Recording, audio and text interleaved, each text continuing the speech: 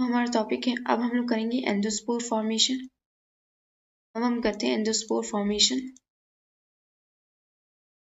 ठीक है, बैक्टीरिया में जो स्पोर्स बनते हैं हम लोग उनको बोलते हैं एंडोस्पोर। और जिस प्रोसेस से बनते हैं उसको बोलते हैं स्पोरुलेशन। स्पोरुलेशन सिंगल बैक्टीरियम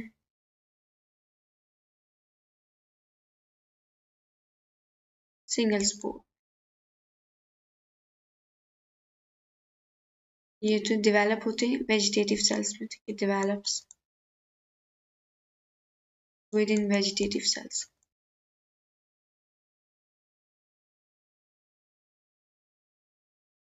हम करते हैं स्ट्रक्चर ऑफ फ्लैजेलम।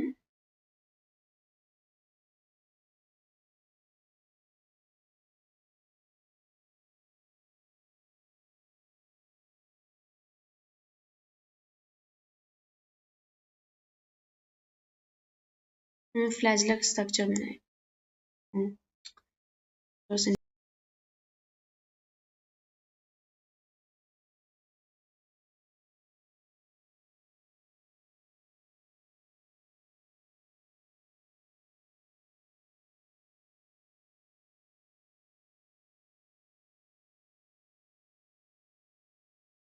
बनाते हैं प्लाज्मा मेम्ब्रेन। हम बनाते हैं सेल वॉल। ये जगह सेल वॉल आगे अपनी यहाँ पर सेल स्ट्रक्चर ऑफ फ्लैजेलम इसलिए चाहिए बस। ओके, और उसके आगे हम बनाएंगे कैप्सूल। डिफरेंट कलर्स में बनाते हैं कैप्सूल।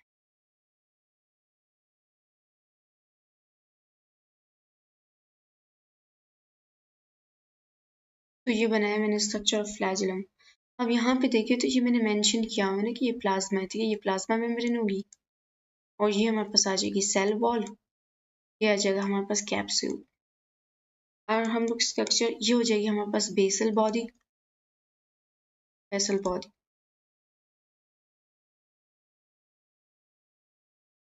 ये होगा हुक और ये हो जाएगा फिलामेंट, जो सबसे लंबा पार्ट होता है फिलामेंट। लिख सकते हैं हम लोग लॉन्गेस्ट पार्ट। अच्छा, अब ये बना किससे होता है? फ्लैजेलन प्रोटीन से। फ्लैजेलन प्रोटीन से।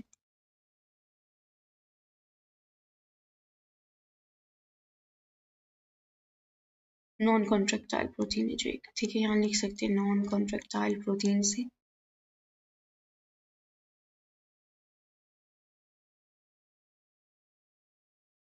और एंड लैक्स माइक्रोट्यूब्यूल्स नहीं होते इनके पास। ठीक है, माइक्रोट्यूब्यूल्स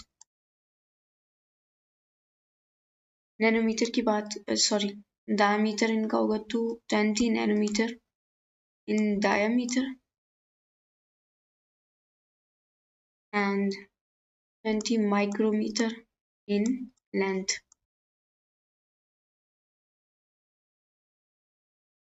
अब फर्स्ट हम लोग इसके पार्ट्स की बात करते हैं तो हुक की बात करें। हुक जो होता है, अब ये क्या करता है? Connect basal body to filament. ठीक है, connects basal body to filaments.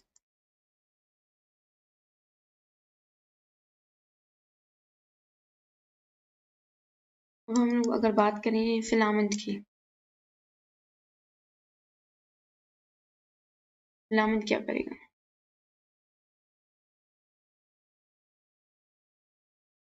अब ये क्या एक हॉलो स्ट्रक्चर है? सबसे पहले hollow structure 360 degree cause cell to spin. ठीक है, स्पिन में भी हेल्प देता है एंड मूव फॉरवर्ड। फॉरवर्ड एक मिनट।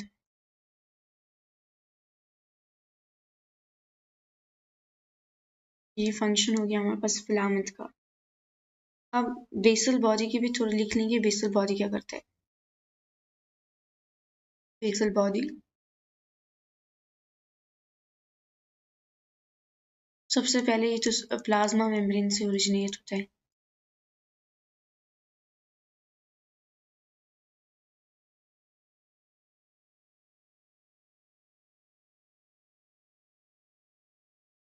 और सबसे कॉम्प्लेक्स पार्ट यही है इसका, फ्लैजिला का। ठीक है, कॉम्प्लेक्स पार्ट हमारे पास आता है बेसल बॉडी, और ये प्रोड्यूस करता है रोटेटरी मोशन।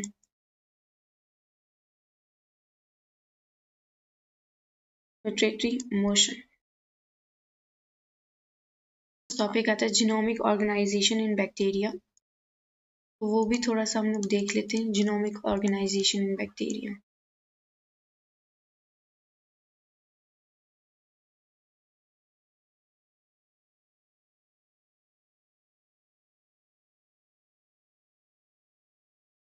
यहाँ पे थोड़ा सा मेंशन है ई कोलाई बैक्टीरिया के बारे में। ठीक है, अगर हम लोग ई कोलाई की बात करें, इसके पास होता है सर्कुलर, सिंगल सर्कुलर डीएनए, और 5x106 बेस पेयर्स होते हैं इनके पास, बेस पेयर्स। और ये कोड कितने करते हैं प्रोटीन्स के लिए? Code for 2000 proteins. बस इतना ही दिया हुआ है। नेक्स्ट टॉपिक हम लोग करेंगे ग्रोथ इन बैक्टीरिया। बैक्टीरिया में ग्रोथ किस तरह की होती है? वैसे तो एक्सपोनेंशियल ग्रोथ करता है बैक्टीरिया, और उसके 4 फेजेस होते हैं।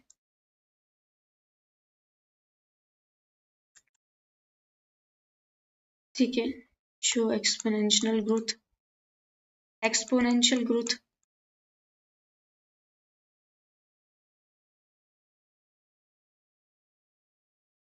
इसका जो साइकिल होता है ना, ग्रोथ साइकिल, उसमें 4 फेजेस होते हैं।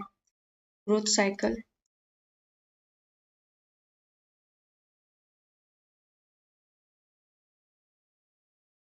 of 4 phases। कौन कौन से? पहले हमारे पास आता है लैग फेज, दूसरा हमारे पास आता है लॉग फेज, थर्ड हमारे पास आता है स्टेशनरी फेज,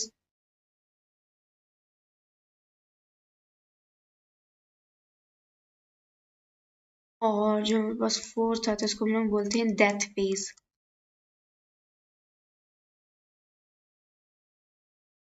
लैग फेज की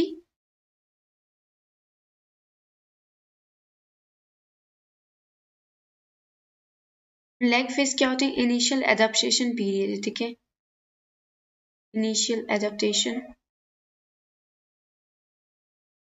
पीरियड।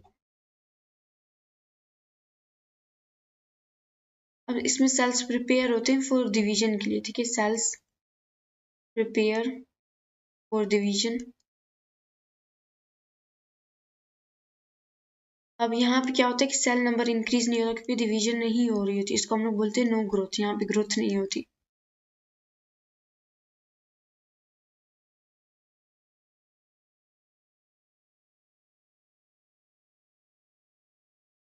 Not increase. ड्यूरेशन इसका कितना होता है? 1 to 4 आवर्स बस। ड्यूरेशन होगा 1 से लेकर 4 आवर्स तक।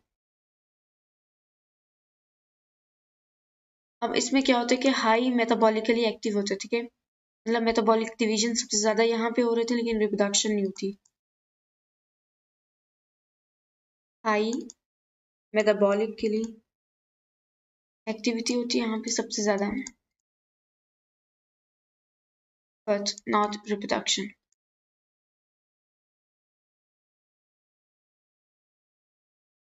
दूसरी फेज की बात करें तो हमारे पास आता है लॉग फेज।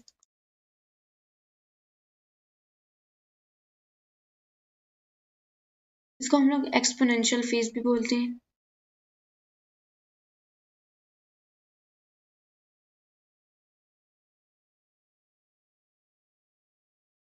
अब यहाँ पे होता है रैपिड सेल डिवीजन।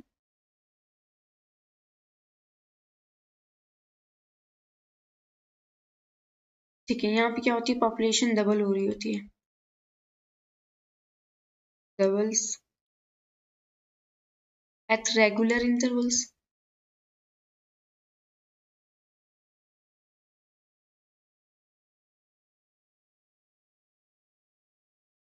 यहाँ पे होती है ऑप्टिमल ग्रोथ कंडीशंस।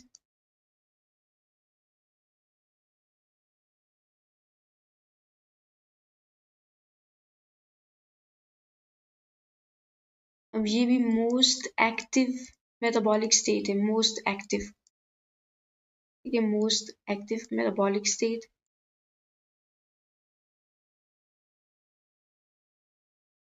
अब यहाँ पे एक और चीज होता है, यहाँ पे मैं यहाँ पे लिख लेती हूँ कि यहाँ पे जनरेशन टाइम जो होता है वो कांस्टेंट होता है, जनरेशन टाइम इज कांस्टेंट।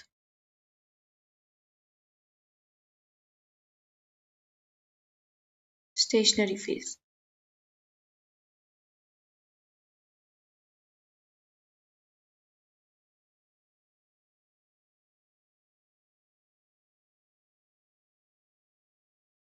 अब स्टेशनरी फेज क्या होता है, जो जिसमें हमारे पास ग्रोथ रेट इक्वल्स हो जाए डेथ रेट की, ठीक है, growth rate equals to death rate of bacteria, of bacteria. अब यहाँ पे पॉपुलेशन भी स्टेबल हो जाएगी, पॉपुलेशन रिमेन्स स्टेबल।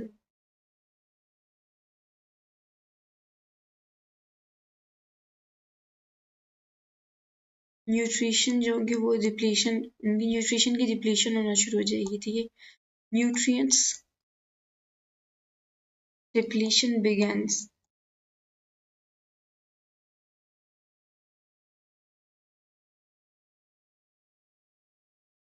यहाँ पे होंगे वेस्ट प्रोडक्ट्स एक्यूमुलेट,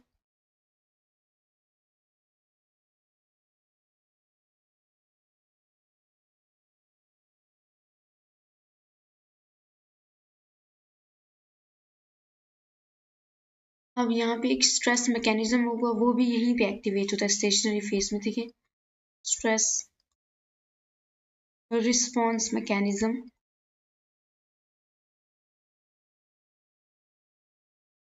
एक्टिवेट्स।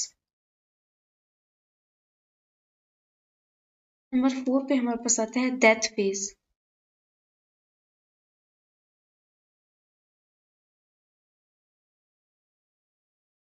अब यहाँ पे सेल्स में डिक्लाइन होगा, सही बात है, डेथ फेज है ना, रैपिड डिक्लाइन इन,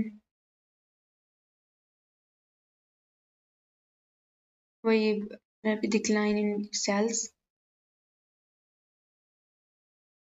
अब environmental condition becomes toxic,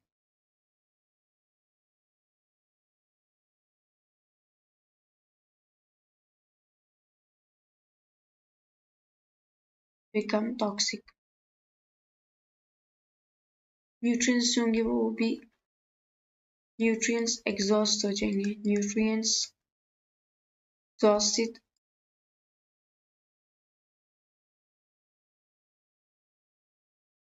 अब यहाँ पे होगा मास सेल डेथ अकर, डेथ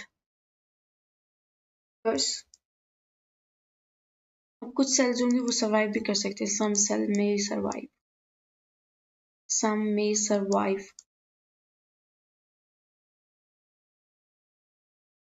एज परसिस्टर सेल्स, ठीक है, कौन से सेल्स की तरह, परसिस्टर सेल्स की तरह।